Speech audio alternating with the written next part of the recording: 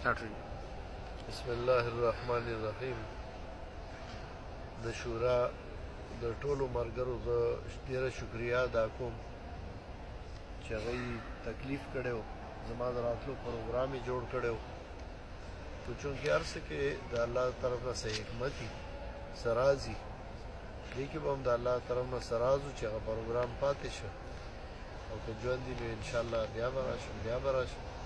دا زمونږ ملک دی، زمونږ کور دی، او موږ د دې ملک سره مینه ده.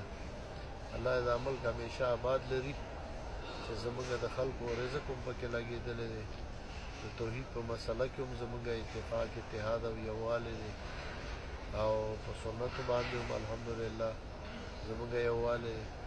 موږ د دې ملک دپاره خیرخواهي او د دې ملک د خیرخواهۍ سوچ به کوو، داسې هېڅ یو قدم به نه الو چې په هغې کې د دې ملک دپاره نقصان وي یا زمونږ د ملګرو دپاره نقصان وي.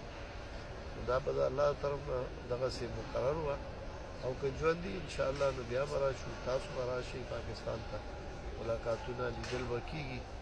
زما خو ډېر زړه و چې زه به خپل ملګري ووینم، ملاقات به وشي، خو الله دې تاسو له هم اجر درکړي، او الله زموږ دا مینه او محبت همیشه دپاره قایم او دایم لري. ټولو ملګرو ته چې کوم حاضر وي نو هغوی ته زما سلامونه وایي. السلام علیکم ورحمة الله وبرکاته.